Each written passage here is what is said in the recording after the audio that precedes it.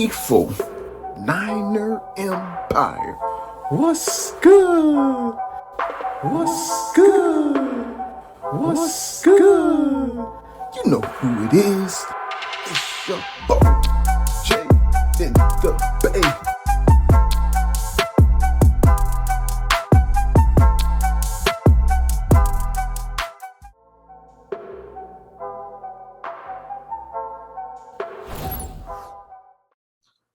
Faithful Niner Empire. What's good? You know who it is. It's your boy, Jay in the Bay. And once again, it's a pleasure to be on the Niners Cutback Crew YouTube channel. I appreciate everyone who's watched the previous 3 weeks of this show.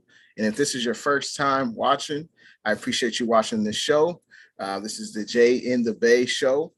And I will talk about the upcoming game between the 49ers and Seahawks. A huge shout out to everyone who's already been watching the first 3 weeks. And if you haven't checked me out, check out Jay in the Bay. You can find me on YouTube. I'll talk about, you guessed it, the faithful, the Niner Empire. And hopefully you are as passionate about the Niners as I am. Now let's get into this week 4 matchup. It's the second home game for the 49ers. We welcome a familiar foe, the Seattle Seahawks. And, the Seattle Seahawks, they're 1-2. I'm sure that definitely surprises me. I'm sure other people are surprised by that as well. I did not anticipate meeting the Seahawks and they would be on 1-2.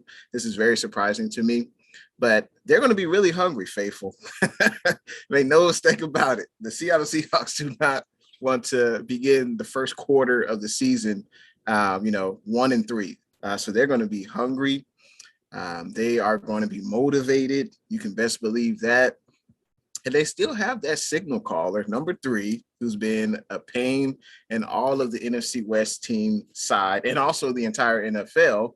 They still got Russell Wilson under center. There were some rumblings in the offseason about, hey, Russell Wilson is unhappy. But I guess none of that really matters right now. The season has started. The games are being played. And the Seattle Seahawks, they still have those weapons at the wide receiver position, DK Metcalf, Tyler Lockett.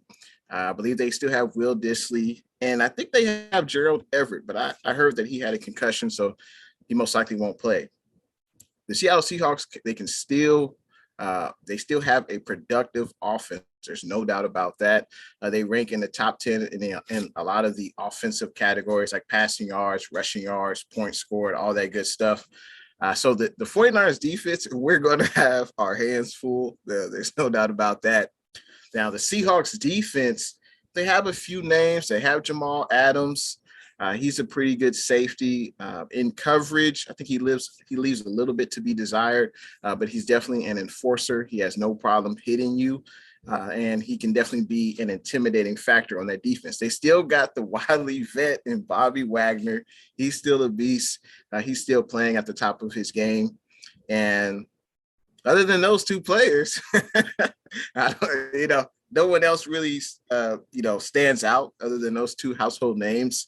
And that's where I think the 49ers will have opportunities to score. I think this will be a high-scoring game. Jimmy G and the 49ers offense will have to take advantage of opportunities and score when they have the opportunity to, because faithful, our secondary right now is in shambles at the cornerback position. We're just grabbing guys off the street. So we're bringing, Demo Lenore, rookie cornerback. No one thought he would be starting or at least playing a pivotal role on this defense, 5th-round pick. I'm not sure if Josh Norman will play. I believe he's day-to-day with that chest injury. You got Drake Kirkpatrick, Buster Screen we just signed, but I would be surprised if Buster Screen actually plays this game. Emmanuel Mosley, he looked solid in his debut against the Packers last week. He should be playing. But our secondary would definitely be tested against probably, I would argue, probably the best wide receiver tandem in the NFC West. I know Arizona's got D-Hop. The Rams got Cooper Kupp. He's looking like an all-pro player. But Make no mistake about it. Seattle Seahawks, they can, run with the best of them at the wide receiver position. And they got a pretty good guy under center who can deliver them the rock. So it's going to be an incredible game at Levi Stadium. I'm sure the crowd will be rocking. Looking forward to this game. And hopefully we can finish out the first quarter of the season with a record of 3-1 instead of 2-2. But make no mistake about it. Seattle Seahawks will come into this game motivated and ready to play. Now let's get into Jay in the Bay's 5 big things. Let's get it. 5, 4, 3, 2, 1. 5 big things. All right. The first thing we have to do, faithful Niner Empire, we got to start fast. And you're probably thinking, Jay, what do you mean? Well, the 49ers offense, the past 2 weeks against Philly and Green Bay, the offense has started out really slow. We've had several drives that were 3-play drives, maybe even 5-play drives. And that leaves the offense stagnant. And also that puts the defense out on the field much sooner than expected. And we have to convert third downs. We have to have long drives. We have to keep Russell Wilson and that high-powered offense off the field. And speaking of the Seahawks offense, I forgot to mention Chris Carson, the running back. He is an excellent running back as well. We definitely have to watch out for him. But the 49ers offense is going to have to be, operating at a very good rate. We're going to have to score at least in the high 20s, maybe even early 30s. I would imagine Jimmy G is going to throw again at least 35 to 40 passes, because I don't know if Shanahan trusts the running backs in our running back room, especially if Elijah Mitchell will not play. I'm sure we'll give you an update. I'm sure the Niners Cutback crew will definitely update you on that, whether or not Elijah Mitchell will play, but I'm sure he's being monitored day to day. But Jimmy G in this offense, we got to start off hot. We got to be able to run the ball. Jimmy G has to be accurate with the football, and he struggled at times in the beginning of games with being accurate, and that's a problem. We can't have many 3-and-outs against this Seahawks offense. They are one of the best in the NFL still, and that's going to be a huge factor for this 49ers team. We got to start fast, faithful. Number 2. We got to continue to make Kittle a priority. I thought he looked good last week against the Packers. I believe he had about 7 catches, upwards of 90 yards. I don't know about you guys, Niner Empire, but I like seeing Kittle, making the first defender miss. I like seeing Kittle run away from defenders with the ball in his hands. I like seeing that. We got to get Kittle more opportunities to shine in this offense. He is the best playmaker. I love Debo. I love the Ayuk show, Brandon Ayuk. I love those 2 guys, but we got to give Kittle the ball more often. He has to continue to be a priority in this offense, and let's get him involved early on in the offense with some. I don't care what pass patterns you run with Kittle. Just give him the ball. Put the ball in his hands. Let him run over people. Let him make his presence felt. And I think if we give Kittle the ball, 10 to 12 targets at least in this game, I think that'll give us a better opportunity to win this game against the Seahawks. Number 3. Man, the D-line definitely has to bounce back. And you're saying, what do you mean, Jay? Well, the D-line was basically non-existent against the Packers. There was a stat, I believe Rodgers was about 16 of 16 for passing when he threw passes under 2.5 seconds. And, when the quarterback throws the ball under 2.5 seconds, there virtually is no pass rush. That's much too quick for a defensive lineman to get to the quarterback. Hopefully the Seahawks won't have that same strategy because if they do, we could be in trouble. But Bosa, I think he had 1 sack last week, or was that might have been Armstead. I think Armstead had 1 sack last week, but we need the rest of the defensive linemen to eat. We need to see a sighting of, was he even on the field last week against the Packers? Man, we need to see more from D Ford, Bosa. Armstead, he's actually been playing pretty well. You got to see more from Arden Key, Samson Bukum. Haven't really seen much from Samson this year. But one thing that will help the defensive line is the Seattle Seahawks offensive line.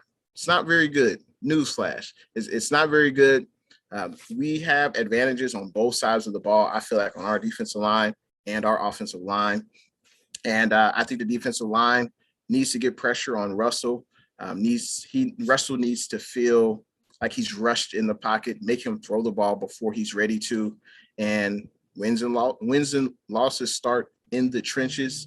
And we have the better offensive and defensive line.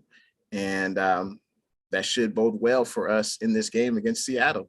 Number 4.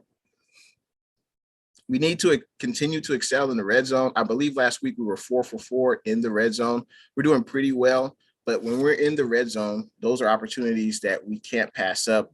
We need to continue to score touchdowns. We can't afford to score field goals.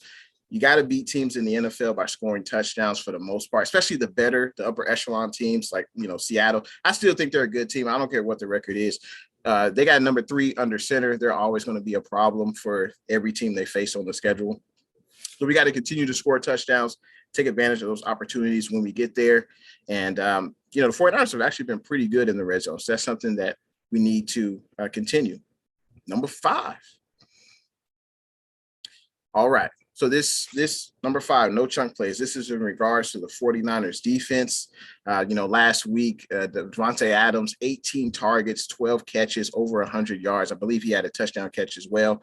We can't allow DK and Lockett to have similar days. If they do, that's not going to bode well for the defense. But I think DeMeco Ryans is in a tough place. We don't have the secondary that we had at the beginning of the year. Obviously, Jason Verrett's out. Kayvon Williams is out now. So we don't have those pieces that he can utilize. I don't know what type of coverage he'll run, whether it's bump and run, man-to-man, zone coverage, or whatever it is. We have to not allow big plays to, especially DK Metcalf, who's just a threat. He's a speedster. I know he got beat in that 100-yard dash running against Olympians, but when he's on the football field, he's definitely one of the fastest wide receivers. You best believe that. And whatever it is, whether it's bracket coverage, whether it's, a corner opposite of Metcalf is back 15 yards, whatever it is, we can't allow big plays. Allow the underneath stuff, but don't allow the big plays. And if we do these 5 things, I think we'll be okay. And I think we'll definitely have an opportunity to win the game. And I think it will be a back and forth game. Now it's time for Jay's. Oh, excuse me. Now it's time for Hey Jay. This is where users ask me questions. So first I want to say I appreciate all you guys watching the 49ers Cutback. And the first question will be from David Campbell. He says, first I got to say, what's good? Thanks for tuning in, David Campbell. He says, what do you think is the main cause of the continuous injuries? That's a great question. And that's something that me and other 49er YouTubers have been talking about this pretty much all off season and now during the regular season. Some people say it's, Shanahan is working the guys too hard, or Shanahan is not working the guys hard enough. I don't know what it is. I know Joe Staley mentioned that since the new CBA was signed, that players are not at the facility as often as they once were when Joe Staley was playing. So a lot of guys may come into camp, they're not physically ready. And once they start practicing, they could get hurt. Also, I think it's the 49ers have been signing players who are injury prone. But let's be real. Jason Verrett, no one thought that he would be playing at an all-pro level. No one thought that he would really be our best cornerback, but it turned out he was. And we put a lot of eggs in that Jason Verrett basket, and he ended up getting hurt. But that's something that he had done, pretty much his entire career, unfortunately. Raheem Mostert, he's been nicked up. Jeff Wilson Jr. injury was kind of fluky. I'm sure you guys heard that story a million times. But I think we have to not sign players who have had extensive injury concerns. And I don't know what else you could do unless you want to change the training staff. And I know people don't like to hear this, but, injuries are part of the game. They happen to every team. This is a physical sport. And I think the only thing you can control is the players you select on your team, whether it's drafting through free agency. If they've had chronic knee injuries or multiple injuries, maybe that's a player you should stay away from. So I think that's the best bet. Try not to select players who have had extensive injury concerns, and, build depth at multiple positions on your team.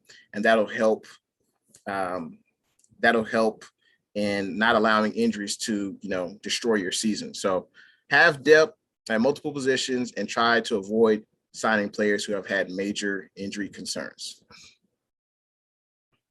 All right, Megan, what's good? Appreciate you joining. Thanks for tuning in. Megan says, which player do you think will have the best game on offense and on defense? Great question. Let's see. On offense, I think George Kittle will have the best game on offense. I think the Seattle Seahawks defense is putrid, and I don't think their linebackers are that good outside of Bobby Wagner. But at this stage in Bobby Wagner's career, I don't know if he can keep up with George Kittle. I think we have an advantage there with George Kittle. And the Seahawks pass rush isn't great. It's okay. I believe they have about 7 sacks in total through 3 games. So it's okay. But I feel like we have an advantage on offense. I think George Kittle should be able to have a great game. Jimmy G, you just got to give him the ball, baby. I'm wearing your jersey, Jimmy. I'm rooting for you. But you got to give him the ball. You got to be accurate. And the offensive line needs to protect Jimmy and make sure he has a clean pocket. On defense, I'm going to say Javon Kinlaw, first-round draft pick. Basically, he's DeForest Buckner's replacement. Kinlaw I think he played pretty well against Philly. He had that blocked field goal, which was crazy. I don't remember the last time the 49ers blocked a field goal. But I think Kinlaw, when he's in there, the team as a unit is much better against the running game. And I think we should do a great job. We're going to have to do a great job in the run game, defending it with Chris Carson there. He's an excellent back. I don't know why the Seahawks don't utilize him more, but he's an excellent back. And with Javon Kinlaw in there, I think he will help in stopping the run game, the Seahawks run game. And I think Javon Kinlaw, he'll have a few tackles, maybe even get a sack in this game. But I'm looking at you, Javon Kinlaw. He should be the best defensive player on Sunday. Fadeaway J. And now it's time for Fadeaway J. I think this will be a very competitive game between the Seahawks and Niners. I think we have an advantage on both sides of the line, offensive and defensive line. The Seahawks, they got a slight advantage at the quarterback position. They got a little bit, just a little bit of advantage there at the quarterback position. Their wide receivers are top notch. They have a pretty good tight end, and our defense will definitely be tested in this game. I think this will be a high scoring game. I think this is a game where Jimmy's probably going to have to throw the ball 35 to 40 times. If Mitchell is out, I think he'll definitely throw for more than 35 times. If Mitchell is in, maybe it'll be a little bit less. And I like Trey Sermon, but I don't know if it's just me, Faithful, but Trey Sermon just doesn't have that same burst. And it's not Trey Sermon's fault. I think we've been spoiled with the fastest running back in the last few years of Raheem Mostert, because when he got the ball, it was off to the races more times than not. He had that ability to run away from defenders. And Elijah Mitchell, he's got some great speed as well. But Trey Sermon, he just doesn't have that burst. But hey, it's only one game so far, or basically 2 games so far that he's played in. And I'm not giving up on the rookie. But we'll see if we're able to run the ball. If not, I think Jimmy G will have to throw the ball 40 times. Seattle Seahawks secondary isn't great. It's okay. It's decent. And I think there will be opportunities for Jimmy G to make some throws to Debo, Ayuk, and Kittle. And like I said before, this will be a high-scoring game. But I like my 49ers winning 31, Seahawks 27. And that's it for Fadeaway Jay. Thank you everyone for tuning in to the Jay and the Bay show. And make sure you check out Jay and the Bay on YouTube, IG, and Twitter. And go Niners. Looking forward to the game this Sunday.